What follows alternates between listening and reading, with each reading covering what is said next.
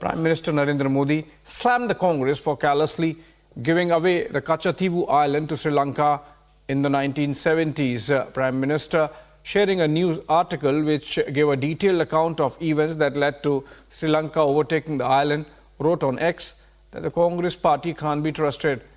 He also accused the Congress of weakening India's unity. Listen in, and then I come back with a guest on the other side. ये स्वतंत्रता सेनानी वीर मंगल पांडे की कर्मभूमि है। ये धरती धनसिंह कोतवाल जैसे शूरवीर की धरती है। शौर्य की इस धरती से आज मैं पूरे देश को बताना चाहता हूं कि कैसे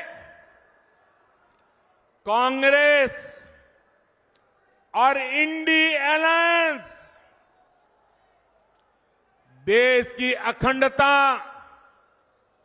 और देश की एकता को तोड़ते रहे हैं। आज ही कांग्रेस का ये एक और देश विरोधी कारनामा देश के सामने आया है। तमिलनाडु में भारत के समुद्री तट से कुछ दूर, कुछ किलोमीटर दूरी पर श्रीलंका और तमिलनाडु के बीच में समुद्र में एक टापू है, एक द्वीप है, कच्चा थीवू, अलग अलग नाम भी लोग बोलते हैं, कच्चा थीवू। ये द्वीप सुरक्षा की दृष्टि से बहुत महत्वपूर्ण है। देश आजाद हुआ तब हमारे पास था और ये हमारे भारत का अभिन्न अंग रहा है। लेकिन कांग्रेस ने 4-5 दशक पहले कह दिया कि ये द्वीप तो गैर जरूरी है, फालतू है, यहां तो कुछ होता ही नहीं है। और ये कहते हुए मां भारती का एक अंग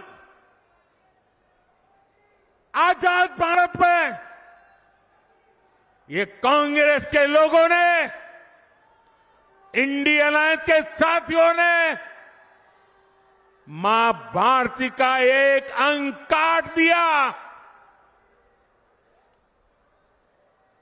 और भारत से अलग कर दिया। देश कांग्रेस के रवैये की कीमत आज तक चुका रहा है।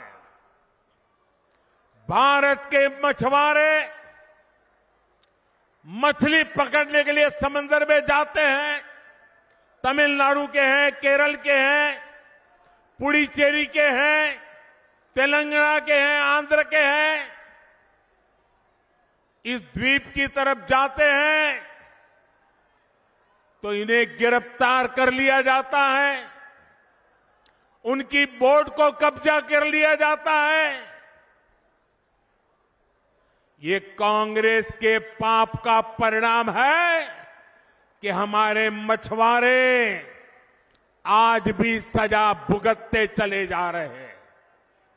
और कांग्रेस पार्टी इतनी बड़ी उनकी पाप के जब बात आती है तो कांग्रेस की बोलती बंद हो जाती है। डीएमके जैसे दल जो कांग्रेस के साथी हैं, वे भी मुंह पे ताला लगा करके बैठ जाते हैं।